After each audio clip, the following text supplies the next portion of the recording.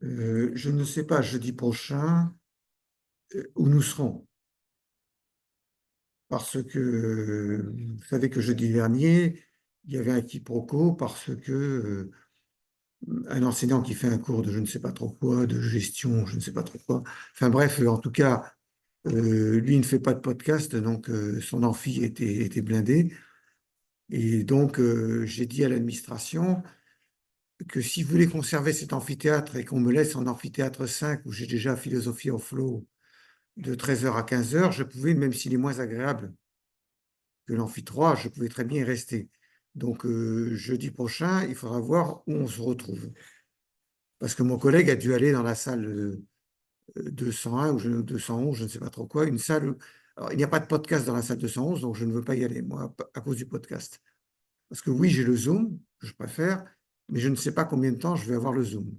Et de toute façon, le Zoom peut aussi avoir un problème, et donc je préfère avoir le podcast en plus. Donc, le podcast, il y en a dans l'amphi 3 et il y en a dans l'amphi 5. Mais il n'y en a pas dans la salle 201 ou 211, je ne me souviens plus. Par conséquent, jeudi prochain, je ne sais pas si le cours aura lieu, le cours de philosophie du droit et de la justice. Le cours de philosophie en flow, il a toujours lieu en amphi 5, mais le cours en français que je fais un peu plus tard dans l'après-midi, c'est-à-dire celui-là, je ne sais pas s'il aura lieu dans l'amphi 3 comme jeudi dernier, ou si je serai affecté à l'amphi 5, je n'ai pas de nouvelles de l'administration. Donc il faudra que vous fassiez une navette entre l'amphi 3 et l'amphi 5 pour voir où nous aurons cours. Parce que là, j'ai demandé au monsieur, là, il m'a dit qu'il ne savait pas que du moment que j'étais passé dans l'amphi 3, il me mettait dans l'amphi 3. Et voilà.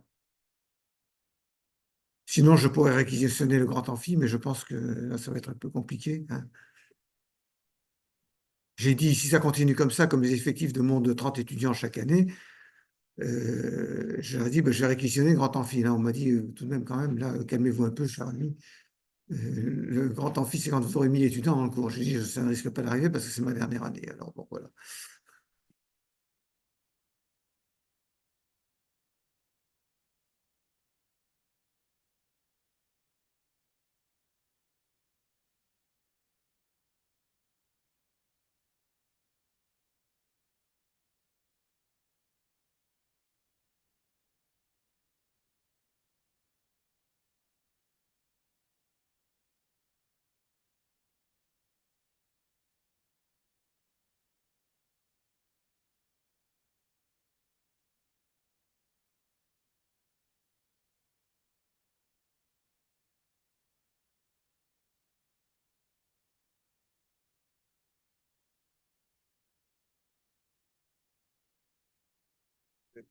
Donc, dans cette introduction générale, je rappelle, nous nous posons quatre questions successivement. Pardon.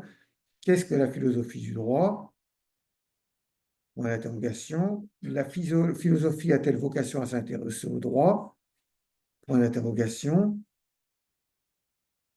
Comment la philosophie du droit, en tant que branche autonome de la philosophie, distincte de la philosophie morale, a pris naissance? Quel rapport la philosophie du droit entretient-elle avec la théorie générale du droit? Ce sont les quatre questions que j'ai dégagées de façon très empirique. En réalité, je n'ai presque achevé le traitement de la première question, qu'est-ce que la philosophie du droit? Et donc, j'aborderai dans peu de temps la deuxième question, la philosophie a-t-elle vocation à s'intéresser au droit? Mais en fait, la manière dont j'ai formulé cette deuxième question ne me satisfait pas. Donc, il se peut que si je mette le cours écrit en ligne, je modifie l'intitulé de cette question. Ça fait un peu bizarre parce que pourquoi s'interroger à savoir, pourquoi se demander ce que c'est que la philosophie du droit si de toute façon la philosophie n'a pas vocation à s'intéresser au droit, quoi. C'est un peu bizarre comme façon de raisonner. Euh, la présentation est donc discutable, mais vous comprendrez ce dont je veux parler tout à l'heure.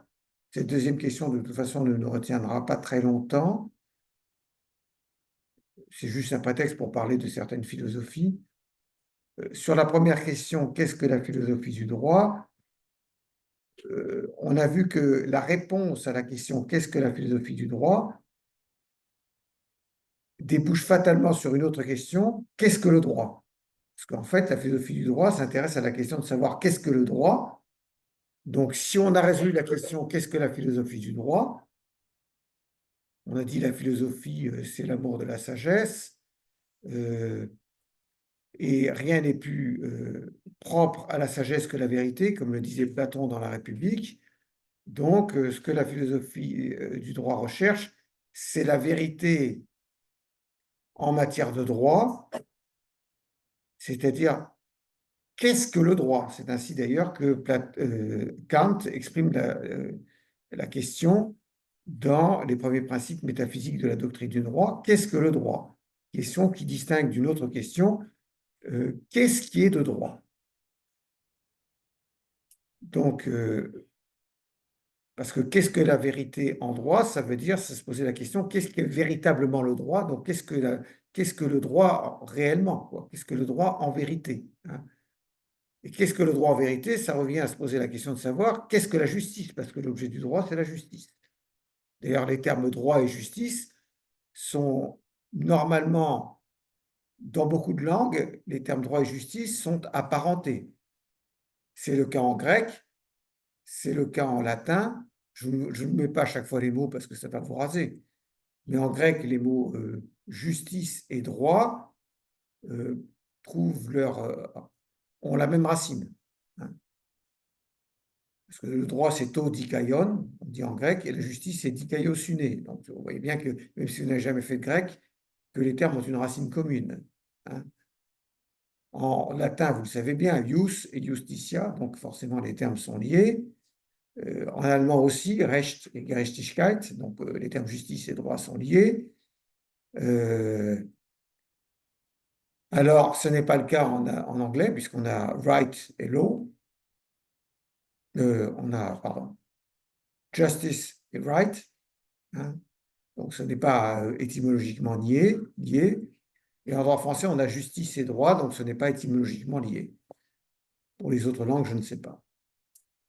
Donc, il y a quand même plusieurs langues où les termes justice et droit sont liés, parce qu'effectivement, l'objet, la fin du droit, c'est la justice. Donc, qu'est-ce que le droit? Ça revient à se poser la question de savoir qu'est-ce que c'est que la justice, hein. Est-ce que la justice n'est que l'expression des lois en vigueur, ou est-ce qu'il y a une justice transcendante qui se situe au-delà des lois en vigueur et qui doit inspirer, d'une façon ou d'une autre, les lois en vigueur?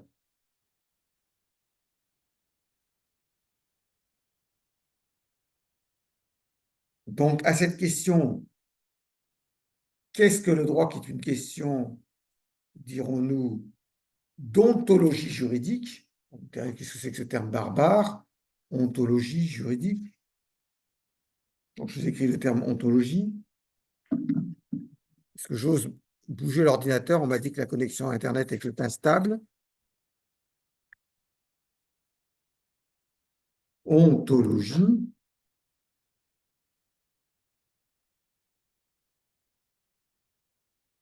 En fait, c'est un terme aristotélicien et scolastique. Ça vient de ons, ontos en grec, qui veut dire l'être. Donc, l'ontologie juridique, ça veut dire qu'est-ce que l'essence du droit, qu'est-ce que l'essence de la justice? Qu'est-ce que le droit en lui-même?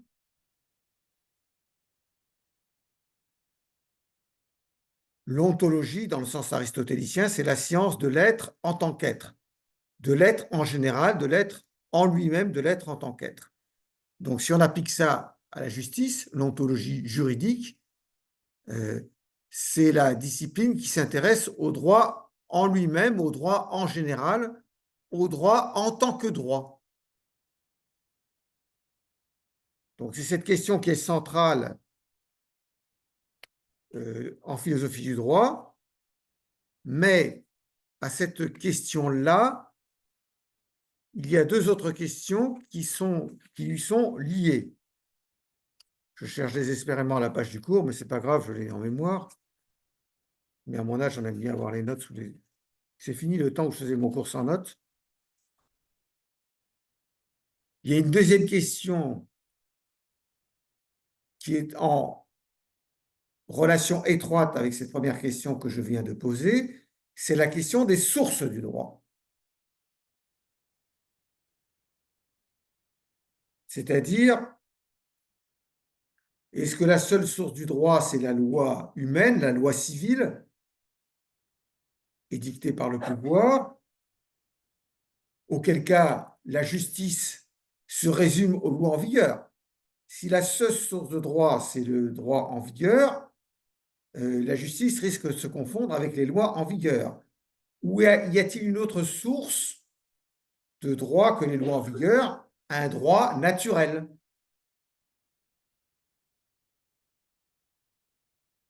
auquel le droit positif serait subordonné? On sent bien que cette question est en relation avec la première question, parce que la question de savoir s'il existe un droit naturel supérieur au droit positif est liée à la question de savoir si le droit se résume aux lois en vigueur ou s'il y a une justice transcendante qui doit inspirer les lois en vigueur. Alors, bien entendu, cette deuxième question reçoit des réponses diverses. C'est la fameuse opposition entre le positivisme juridique et le juste naturalisme. Pour le positivisme juridique, la seule loi, le seul droit qui existe, c'est le droit positif. Tandis que pour les justes naturalistes, il existe un droit naturel supérieur au droit positif qui doit servir de modèle au droit positif.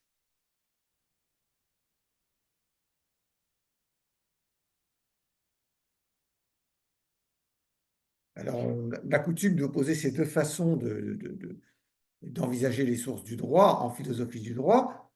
Le positivisme juridique, ça n'est pas une école, il y a différents représentants du positivisme juridique.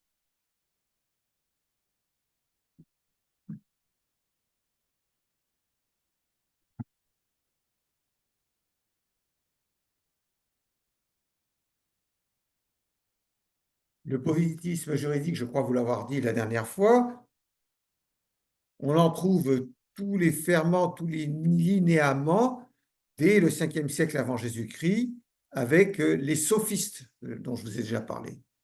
Mais il y a d'autres représentants, d'autres philosophes qui soutiennent que le droit se résume aux lois en vigueur tout au long de l'histoire de la pensée.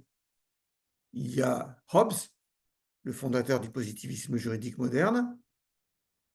Il y a Hume, qui est un philosophe sceptique, Hume.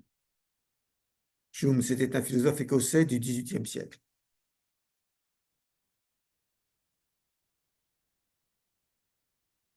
Il y a bien d'autres positivistes juridiques.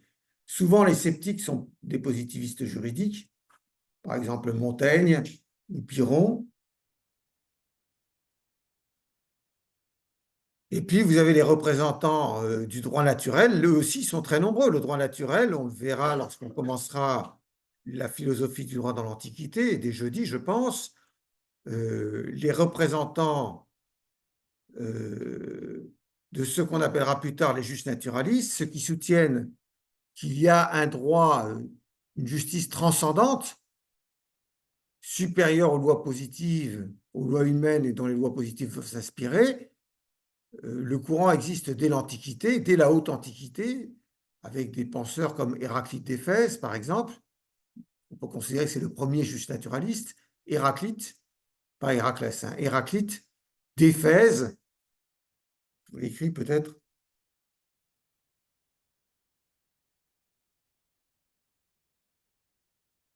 On l'appelait Héraclite d'Éphèse parce qu'il vivait dans une cité grecque située aujourd'hui en Asie mineure, qui s'appelait Éphèse. Où est l'apostrophe sur ce truc?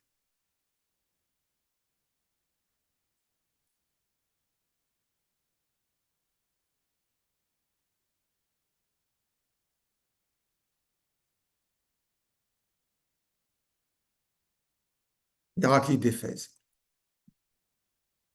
Mais il y a d'autres philosophes ou écoles de philosophie très importantes dans l'Antiquité qui soutiennent la théorie du droit naturel, qui ne se confondent pas avec Héraclite d'Éphèse. Il y a par exemple les stoïciens. Il y a Aristote. On pourrait dire d'un certain point de vue Platon aussi.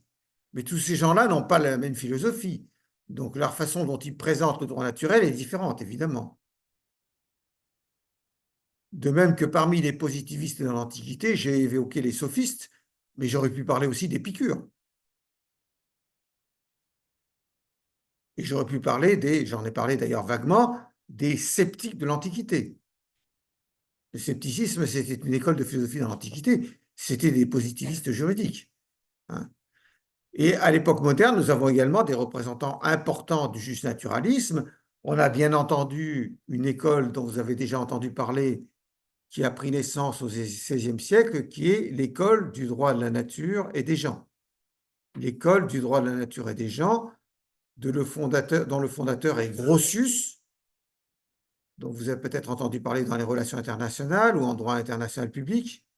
Grotius, le droit de la guerre et de la paix, c'est le premier représentant moderne de l'école du droit naturel et le fondateur de cette école. Et à côté de Grotius, il y a d'autres éminents personnages postérieurs. Il y a notamment Pufendorf, en fait Pufendorf, qui était allemand, philosophe du XVIIIe siècle. En fait, c'est un philosophe un peu de second ordre, mais il est resté pour le développement qu'il a donné à la théorie du droit naturel.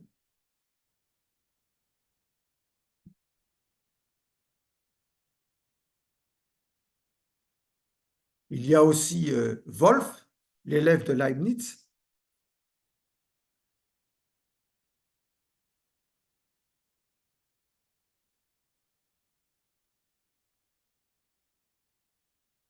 Il y a deux F à Wolff, c'est loupé, zut.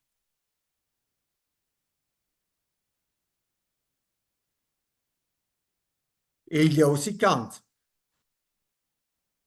Kant est un juste naturaliste, mais il occupe une place à part. Sa philosophie est très novatrice, comme je vous l'ai expliqué, je n'en rentre pas dans le détail, mais c'est un juste naturaliste tout de même. Il ne se désintéresse pas du droit positif, contrairement aux représentants de l'école du droit de la nature et des gens. Il ne se désintéresse pas du droit positif, mais c'est fondamentalement quand même un juste naturaliste, en ce sens qu'il considère que le droit positif doit traduire une structure fondamentale qui est celle du droit naturel.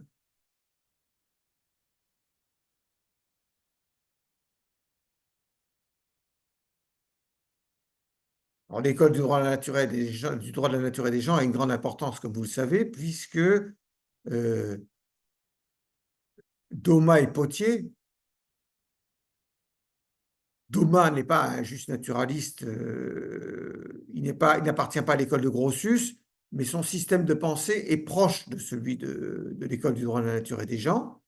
Quant à Pottier, il était très imprégné des lectures de Grotius et Pufendorf, et il y cite régulièrement dans ses écrits. De même d'ailleurs que Portalis, l'un des rédacteurs du Code civil et celui qui avait comment dirais-je, le plus d'importance théorique, c'était un partisan du droit naturel et sa pensée est fortement inspirée de l'école du droit de la nature et des gens. Autre juste naturaliste, Montesquieu, c'est un partisan du droit naturel aussi. Donc voilà. Voilà pour la question des sources du droit envisagées d'un point de vue philosophique. Il ne s'agit pas de se demander, en l'occurrence, si la jurisprudence est une source de droit. Il s'agit de savoir s'il y a un droit naturel au-delà du droit positif dont le droit positif devrait s'inspirer. Mais ce droit naturel peut présenter des caractéristiques très différentes selon les écoles ou selon les auteurs. De même que le positivisme juridique, d'ailleurs, parce que le positivisme juridique, c'est quoi le droit en vigueur? Est-ce que ce sont seulement les lois ou est-ce que les décisions de jurisprudence en font partie, etc. Donc il y a des questions dans le positivisme juridique aussi. Hein. Le contrat fait-il partie du droit positif ou pas? Est-ce que c'est une source de droit ou pas? Voilà une question. Hein. Donc il y a une grande différence entre le positivisme juridique de Kelsen, par exemple, et le positivisme juridique de Hobbes. Ce n'est pas du tout pareil. Puis il y a une troisième question qui est également liée aux deux autres. C'est une question, dirions-nous, d'axiologie juridique. Axiologie juridique.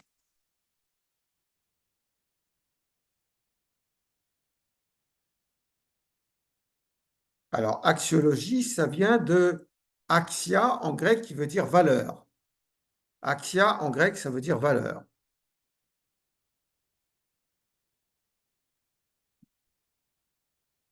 Donc, la question de l'axiologie juridique, ça veut dire quelles sont les valeurs que le droit doit poursuivre. Mais les valeurs que le droit doit poursuivre sont fonction de la conception qu'on se fait de la justice. C'est en fonction de la conception qu'on se fait de la justice qu'on identifie les valeurs que le droit doit poursuivre. Par exemple, les valeurs que le droit doit promouvoir, est-ce que ce sont la liberté et la dignité humaine, comme le voulaient Locke et Kant, deux philosophes différents évidemment, mais bon, la liberté et la dignité humaine, ce sont quand même des valeurs qui sont considérées comme devant être promues par le droit, aussi bien chez Locke que chez Kant. Ou bien les valeurs que doit promouvoir le droit sont-elles le bien commun de la cité, la cohésion et le bien commun de la cité, comme le soutenait Platon. Bon, cette question d'axiologie juridique, elle est évidemment en relation avec la conception qu'on se fait de la justice. Si Platon considère que le bien commun de la cité doit être placé au-dessus de tout, c'est parce qu'il a défini la justice comme une vertu non seulement individuelle, mais aussi sociale.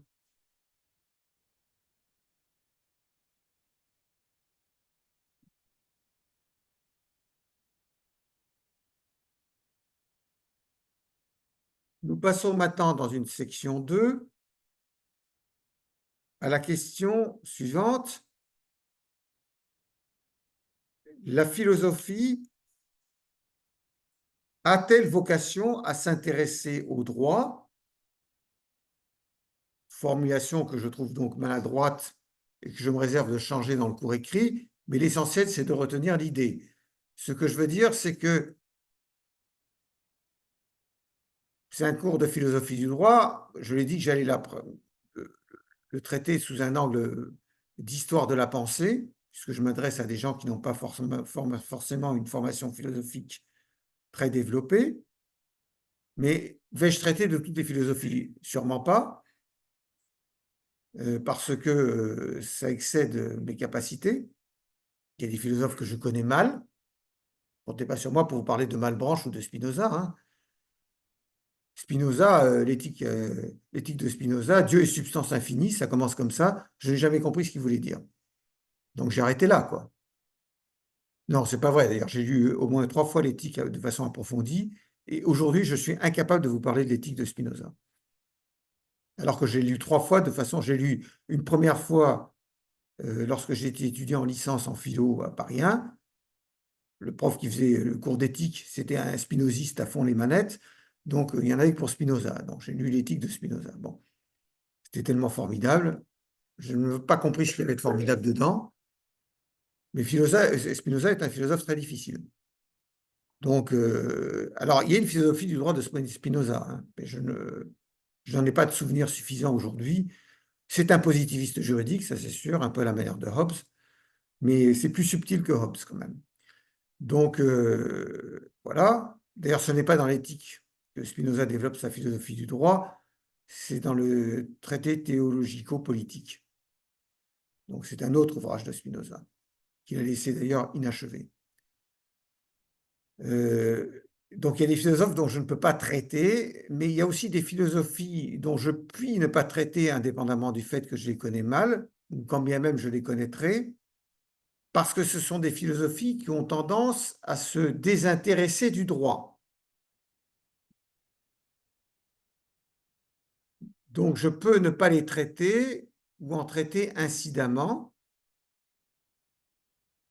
parce qu'il y a des philosophies qui aspirent a une morale individuelle et qui, en raison de cela, se désintéresse du droit. Alors, on peut prendre par exemple le scepticisme. Le scepticisme, c'est une philosophie qui, quelque part, se désintéresse du droit parce que, comme pour les sceptiques, rien n'est déterminé, ni rien n'est déterminable, il n'y a rien dont on puisse affirmer que c'est juste ou injuste. Il n'y a rien dont on puisse affirmer que c'est juste ou injuste. Donc le sceptique, quelque part, il se désintéresse des lois en vigueur.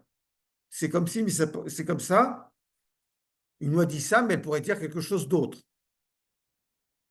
Donc il y a quelque part chez les sceptiques un désintérêt pour le droit.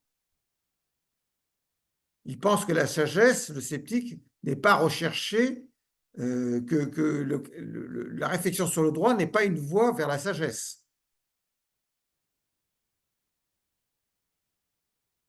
Vous avez d'autres philosophies qui ont pris naissance à l'époque hellénistique que le scepticisme, qui partagent un peu la même approche. Par exemple, le cynisme, dont je vous ai déjà parlé, école de philosophie qui considère que ce qu'il faut rechercher, c'est la vertu, et la vertu, c'est l'exercice. Il faut s'exercer à être vertueux.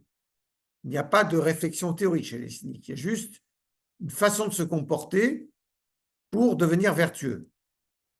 Les cyniques ne s'intéressent pas au droit. Comme le disait Diogène le cynique,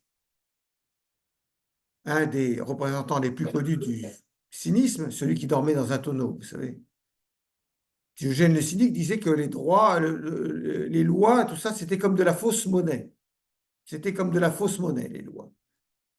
Il n'y a pas de justice exprimée par les lois, parce que les lois, c'est de la fausse monnaie. Elles sont comme ça aujourd'hui. Il peut y avoir une autre monnaie demain. Donc, quelque part, le droit, ça n'était pas le problème. Les cyniques méprisent tout ce qui est convention sociale et ils méprisent le droit, quelque part. Alors, à l'époque moderne, il y a aussi des philosophes qui ont fait l'impasse sur le droit. Le plus connu, c'est Descartes. Parce que si vous cherchez un ouvrage de philosophie du droit dans le corpus cartésien, vous n'allez pas trouver.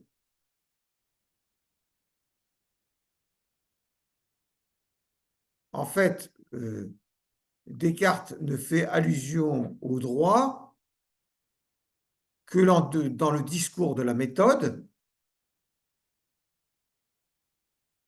parce que vous savez que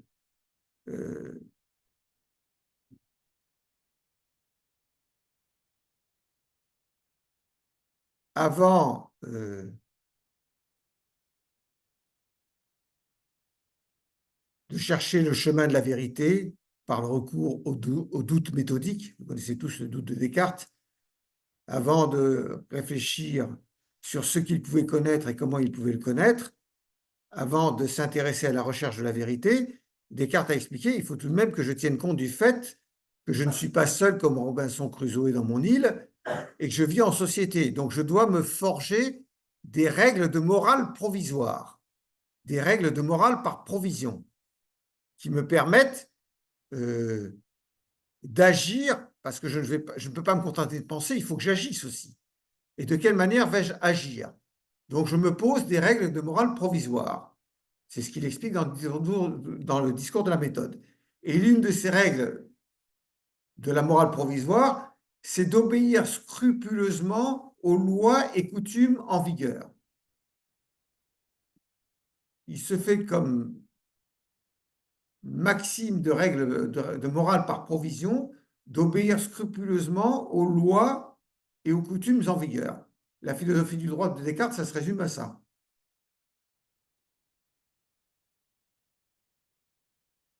Il a bien écrit un traité de morale, Descartes. Ça s'appelle Les Passions de l'âme. Mais c'est un traité de morale individuelle, en fait, très inspiré du stoïcisme. Mais la question du droit, au-delà de la morale, c'est une question qui ne se pose pas. Il en est resté à sa règle de la morale provisoire. Donc voilà un auteur qu'on ne va pas étudier en philosophie du droit. Mais on a pu se poser la question, même pour de très grands philosophes, de la question de savoir s'il y a vraiment une philosophie du droit à chercher chez eux. Le bon exemple, c'est Platon. Parce que la République de Platon, qui était un ouvrage dans lequel Platon s'intéresse, au moins dans les 4 premiers livres, avant tout à la définition de la justice. On pourrait dire que c'est un ouvrage de philosophie du droit. Mais en réalité, ça a été contesté. Et en effet, vous savez tous, la République de Platon,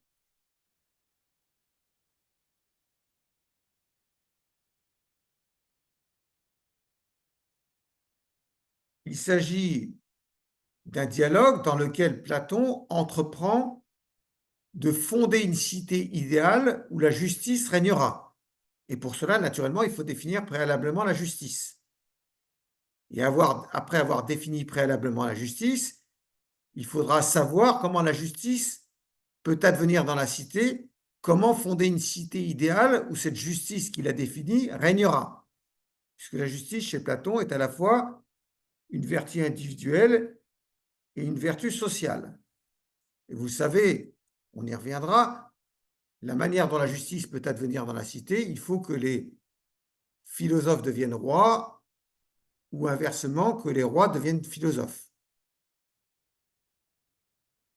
C'est la seule manière pour la justice de prévaloir dans la cité, c'est la seule manière pour la cité idéale d'advenir. Je crois avoir déjà fait allusion à cela. Hein. Maintenant, il y a des passages de la République qui laissent entendre qu'en fait, Platon ne croyait pas que la cité idéale pouvait se réaliser.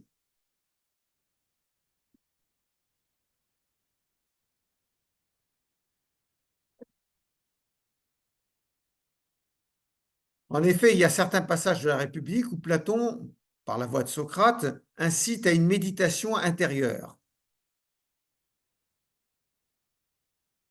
Il invite à la méditation intérieure. Il insiste sur le fait que la cité idéale est très difficile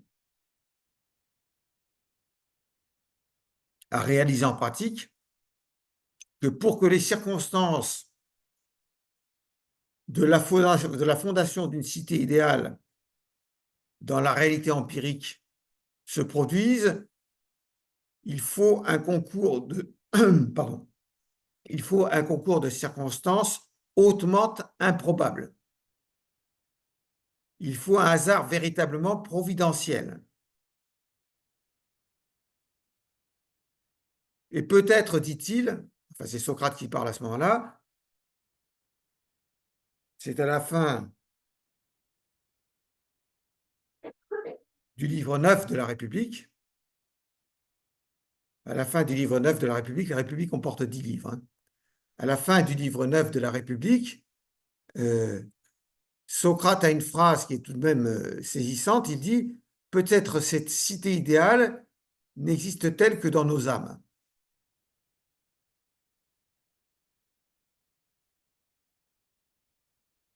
Peut-être n'est-ce qu'une cité intérieure aux sages. Et donc certains interprètes de la République, notamment une spécialiste de Platon américaine,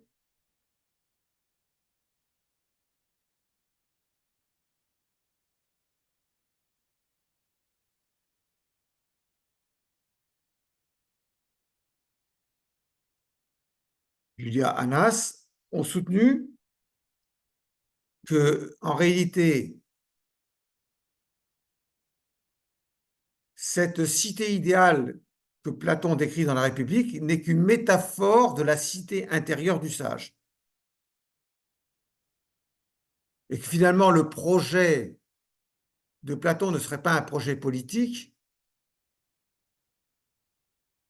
mais une ascèse philosophique.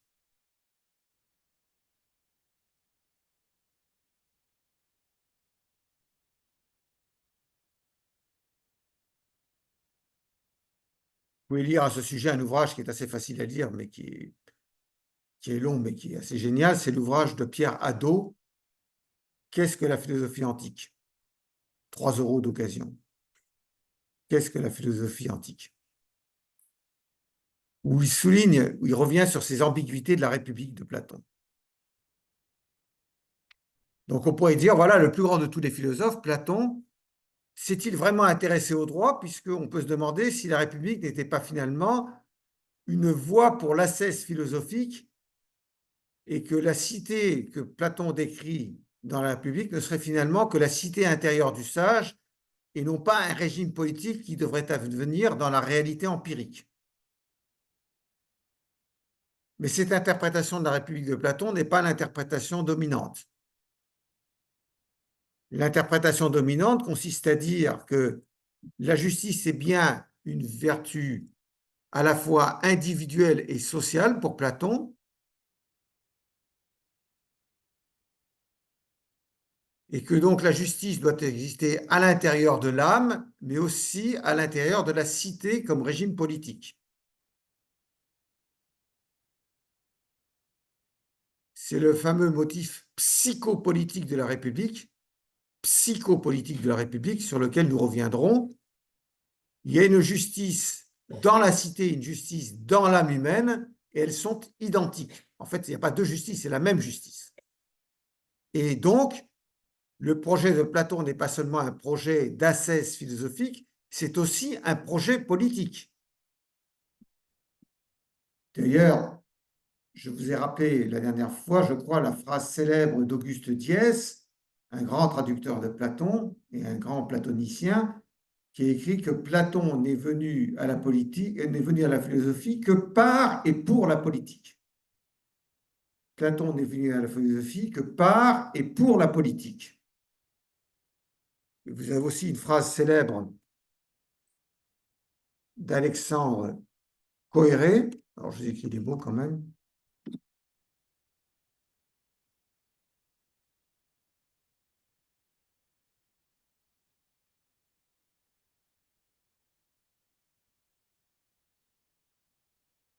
Il dit à peu près la question de la philosophie et la question de la politique, c'est la même question chez Platon. Il y a une question unique. La question de la philosophie et la question de la politique ne se distinguent pas l'une de l'autre. C'est la même question. Politique et philosophie s'impliquent réciproquement chez Platon. Donc ça pour dire que l'interprétation de la République que donne Julia Hannas n'est pas dominante. Il n'y a pas que Julia Hannas, il y a d'autres auteurs.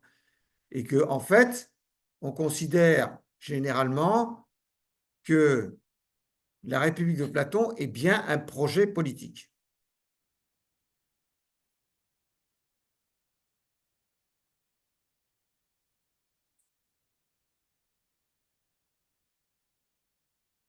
Je dis tout ça parce qu'en fait, quand on pense philosophie, généralement, je veux dire, dans la société, quand on discute de philosophie, ah, tu es philosophe, donc tu dois être un espèce de type complètement rêveur, perdu dans tes pensées, on a une idée on a une idée du philosophe ou de la philosophie qui est l'idée du sage stoïcien, en fait. Hein, c'est ça. Le sage stoïcien qui est vertueux, qui poursuit la vertu individuelle, qui considère que la seule chose qui dépend de lui, c'est sa volonté, que les choses extérieures ne dépendent pas de lui, donc il n'a pas à s'en soucier. Hein. C'est un peu l'idée qu'on se fait. Hein. Le sage, c'est quelqu'un, une espèce de phénix isolé, auquel les contingences de la société sont indifférentes. Mais en fait, on se rend compte que beaucoup de philosophies se sont intéressées à la question de la politique et la question du droit. Hein. Et donc, c'est vrai qu'il y a certaines philosophies qui prônent une ascèse individuelle qui les éloigne de la question du droit et de la politique, comme les cyniques, j'ai donné l'exemple tout à l'heure, et d'autres philosophies, mais il y a beaucoup de philosophies qui placent le droit et la politique, sinon au cœur de leurs préoccupations, comme Platon, en tout cas parmi leurs préoccupations essentielles. C'est le cas de Kant, par exemple. Hein. Et pourtant, Kant était un philosophe solitaire. S'il y avait bien quelqu'un de solitaire, c'était Kant. Vous savez qu'il vivait tout seul, qu'il n'était pas marié, qu'il a vécu, qu'il est né à Königsberg, aujourd'hui Kaliningrad, pour le moment russe, mais on va le récupérer. Donc Kaliningrad, c'était Königsberg. Königsberg, c'était une ville allemande. Il est né à Königsberg. Il est mort à Königsberg. Maintenant, c'est une base navale, mais pour le moment. Hein. Et il était tout seul et il faisait tous les jours sa promenade en solitaire. Hein. Et il passait toujours au même endroit, si bien que les habitants de Königsberg n'avaient pas besoin de savoir l'heure qu'il était. Quand ils voyaient Kant, ils savaient l'heure qu'il était. Hein. Et donc, c'est l'exemple même du méditateur solitaire, Kant. Et pourtant, la question du droit est apparue à Kant comme une question essentielle, pas immédiatement. Pas immédiatement. Enfin, immédiatement, j'entends, pas dans les premiers écrits publiés, mais il avait déjà plus de 50 ans. Hein. Quand il a publié La critique de la raison pure, il avait 50 ans largement révolus. Mais à cette époque-là, la question du droit n'était pas une question centrale dans ce système, mais elle l'est devenue. Elle l'est devenue. Sinon centrale, en tout cas essentielle.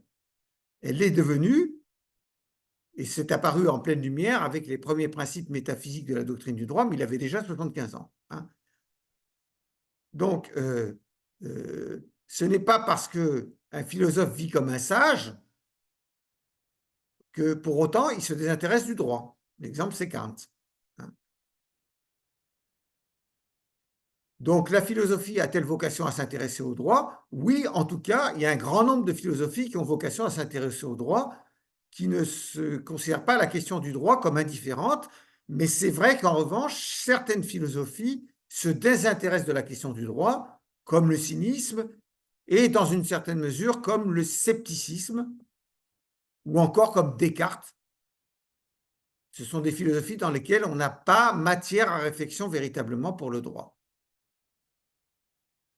Dans le scepticisme, il y a matière à réflexion pour le droit, hein, mais pas dans le cynisme et pas chez Descartes. Voilà. Troisième question qu'on peut se poser dans cette introduction, c'est la question de la naissance de la philosophie du droit. Je vous l'ai dit, la philosophie du droit est aussi ancienne, donc c'est la section 3, naissance de la philosophie du droit. Section 3, naissance de la philosophie du droit. Alors, je vous l'ai dit, et donc vous allez me le répéter, monsieur Martin, vous ratotez, c'est normal à votre âge, mais vous nous avez déjà dit que la philosophie du droit est aussi ancienne que la philosophie. Donc, pourquoi maintenant vous revenez sur la question? C'est vrai que la philosophie du droit est aussi ancienne que la philosophie, puisque des philosophes dès la haute antiquité se sont intéressés au droit à travers la philosophie générale. Je pourrais citer l'exemple d'Héraclite d'Éphèse, sur lequel on reviendra. Vous savez, celui qui dit qu'on n'entre jamais deux fois dans le même fleuve. Hein. Mais la question que je me pose ici, c'est quand la philosophie du droit est apparue comme discipline distincte. C'est-à-dire, si je reprends l'arbre de Descartes, vous avez entendu parler de l'arbre de Descartes, je vous en ai déjà parlé ou pas? Oui, l'arbre de Descartes, je vous en ai déjà parlé, je crois. Hein. Dans l'arbre de Descartes, il présente la philosophie sous forme d'une image qui est l'arbre. Dans la lettre préface à l'abbé Picot, je vous ai déjà parlé de ça. Il dit que ce sont les racines de la métaphysique, le tronc la physique, et les différentes branches, les différentes disciplines qui sont issues de la physique et de la métaphysique, à savoir la morale, la mécanique, la médecine. Je vous rappelle qu'à l'époque de Descartes, la philosophie, ça englobait tout. Mais dans l'arbre de Descartes, il n'y a pas une branche qui s'appelle le droit. Il y a une branche qui s'appelle la morale, mais il n'y a pas de branche qui s'appelle le droit. Maintenant, si vous prenez un auteur comme Aristote, par exemple, Aristote n'a pas écrit un traité de philosophie du droit. La philosophie du droit d'Aristote, elle se trouve incluse dans un ouvrage qui s'appelle L'éthique à Nicomaque, dont vous avez tous sans doute entendu parler. Non? Oui. En général, c'est le seul type d'ouvrage philosophique que les juristes connaissent. L'éthique à Nicomaque. Mais dans l'éthique à Nicomaque, comme son nom l'indique, c'est un traité d'éthique, ce n'est pas un traité de droit. Hein. Donc, si on peut dégager une philosophie du droit d'Aristote dans l'éthique à Nicomaque, ce n'est pas de manière formelle. Hein. C'est à travers son étude de la morale, dans le livre 5 de l'éthique à Nicomaque, qui est consacré à la justice, on peut déduire une philosophie du droit d'Aristote. Mais formellement, il n'y a pas vraiment de distinction entre le droit et la morale chez Aristote. Je dis bien formellement, hein, uniquement formellement. Chez Platon, le droit et la morale sont complètement confondus, puisque je vous ai dit, la justice est une vertu individuelle et en même temps une vertu sociale. Donc la perfection de l'individu juste, c'est aussi la perfection de la cité. Donc le droit et la morale sont complètement confondus. Pareil dans le stoïcisme. Le stoïcisme a bien une philosophie du droit. Il défend une loi de nature immuable supérieure au droit positif, mais cette loi de nature immuable que le stoïcisme défend, c'est une loi morale. Ce sont des préceptes moraux. Donc il n'y a pas du tout de distinction entre le droit et la morale dans la philosophie stoïcienne. Il y a une confusion complète. On peut dire la même chose pour l'école du droit de la nature et des gens. Lorsque Grotius, au début du XVIe siècle, au cours du XVIe siècle, dirons-nous plutôt, écrit le droit de la nature et des gens, dans l'introduction, il parle du droit naturel. Il dit que le droit naturel, c'est un ensemble de préceptes fondés en raison. De préceptes de quelle nature? Des préceptes moraux. Il énumère un certain nombre de préceptes moraux qui sont pour lui le droit naturel et qui devraient servir d'armature à tout droit positif.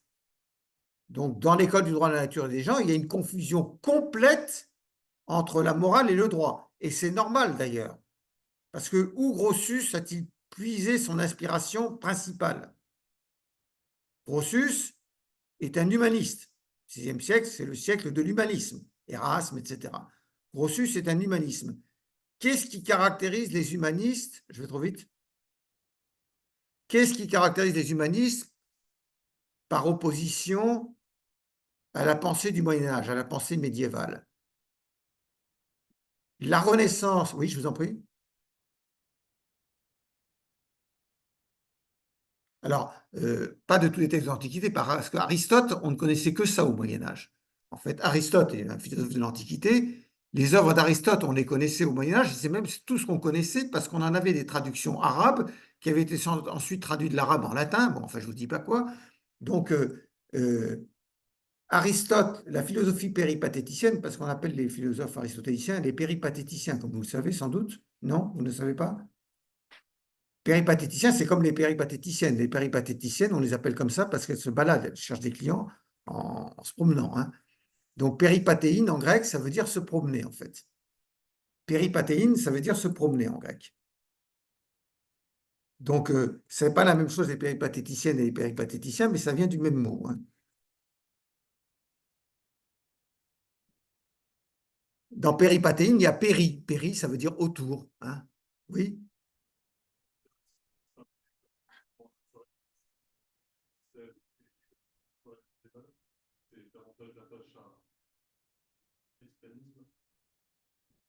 Vous avez raison, parce que l'époque de la Renaissance, c'est une époque, euh, on n'est pas incroyant à l'époque de la Renaissance, mais c'est vrai que on revient à des sources païennes, c'est-à-dire qu'en fait, Aristote avait été recouvert au Moyen Âge par des philosophes chrétiens, comme saint Thomas d'Aquin, d'accord?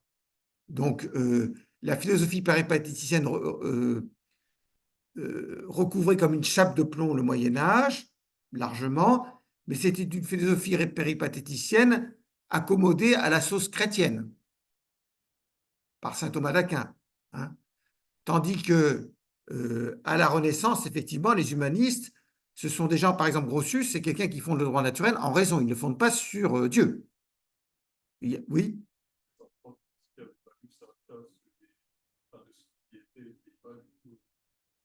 oui, ça lui a valu des ennuis, hein.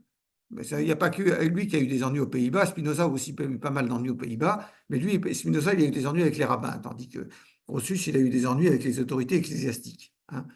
Donc, ce qui est important dans l'œuvre de Grotius, c'est que Grotius ne dérive pas le droit naturel de prescription d'ordre scolastique théologique, hein. ce sont des principes fondés en raison que l'homme trouve en lui-même. Hein. Parce que la préoccupation de Grotius, c'est de fonder un droit naturel qui soit à la fois détaché de l'autorité religieuse et du pouvoir temporel. En fait, Grotius, c'est le fondateur de l'autonomie du droit, mais pas l'autonomie du droit par rapport à la morale, attention. Hein. L'autonomie du droit par rapport à la religion et par rapport au souverain. Il veut fonder un droit naturel qui soit aussi véritable que les préceptes mathématiques, aussi rigoureux que les préceptes mathématiques, mais qu'on trouve uniquement dans la raison et par la raison déductive, indépendamment de la religion et indépendamment des prescriptions des souverains. Donc, ce qui caractérise la Renaissance, puis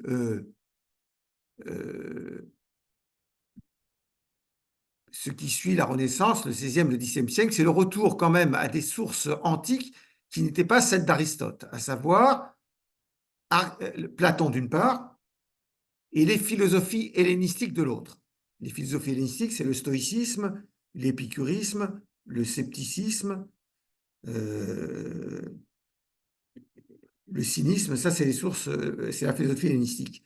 Or, ce qu'il faut bien comprendre, c'est que lorsque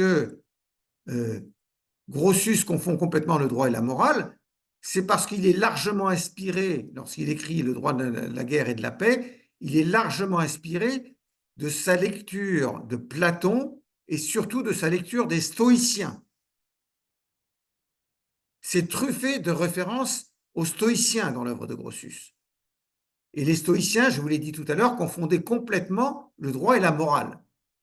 La loi de nature dont les stoïciens se font les chantres, c'est une loi morale. Voilà pourquoi, dans l'école du droit de la nature des gens, il y a une confusion totale entre la morale et le droit. Mais c'est vrai aussi, cette confusion entre le droit et la morale, à l'autre extrémité de l'échiquier de la philosophie du droit, si j'ose dire, si vous me passez l'image assez malheureuse, chez un positiviste juridique comme Hobbes, le fondateur du positivisme juridique. Hobbes, XVIIe siècle, que nous dit-il? Il nous dit que la loi de nature et la loi civile s'impliquent réciproquement. La loi civile comprend la loi de nature. Et qu'est-ce qu'il appelle une loi de nature? C'est un ensemble de préceptes moraux. Donc les lois de nature pour Hobbes, ce sont des préceptes moraux, mais cette loi de nature ne prévaut pas dans l'état de nature, parce que dans l'état de nature, les gens se bouffent les uns les autres, se font la guerre de tous contre tous. Et donc, pour que la loi de nature, cette loi qui est un ensemble de préceptes moraux, soit effective, il faut que son contenu soit repris par la loi civile. Mais sinon, la loi civile et la loi de nature s'impliquent réciproquement. La loi civile renferme la loi de nature. Donc, même chez un positiviste juridique comme Hobbes, complètement aux antipodes de l'école du droit de la nature et des gens, le droit et la morale se recouvrent complètement. Donc il y a beaucoup de traditions philosophiques où droit et morale ne se distinguent pas, et donc on peut dire que la philosophie du droit a pris naissance dans la haute antiquité, mais longtemps elle ne s'est pas extraite de la gangue de la morale.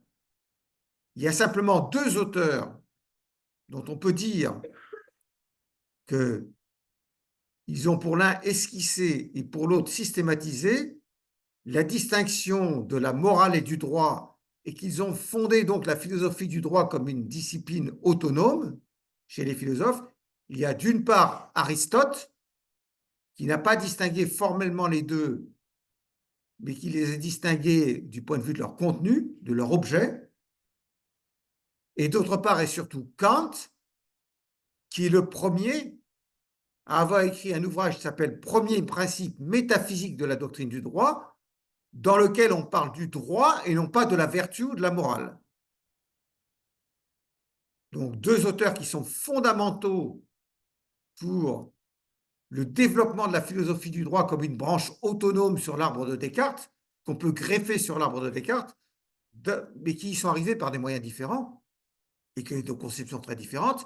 Aristote, d'une part, dans l'Éthique à Nicomaque, livre 5, définition de la justice, il arrive à donner une définition de la justice qui implique une différence entre la morale et le droit, et Kant, d'autre part, qui découvre au soir de sa vie l'importance fondamentale que le droit a dans sa philosophie, dans son système philosophique, et qui lui consacre une part distincte, qui lui consacre des développements distincts de ceux qu'il a consacrés antérieurement à la morale. Mais c'est ce que nous verrons de façon plus approfondie jeudi prochain. Merci de votre patience. On s'arrête là. Zut, on a dépassé. Je suis désolé. Je vous dois 5 minutes. Hein. Vous me le rappellerez. Hein. Si vous voulez partir, si c'est trop long, vous me le dites, monsieur, c'est terminé. Parce que là, je crois terminer à 50 et je vois que c'est 55. D'autant plus que les TD vont commencer bientôt. Donc, c'était à peu près clair ou ça allait à peu près ou...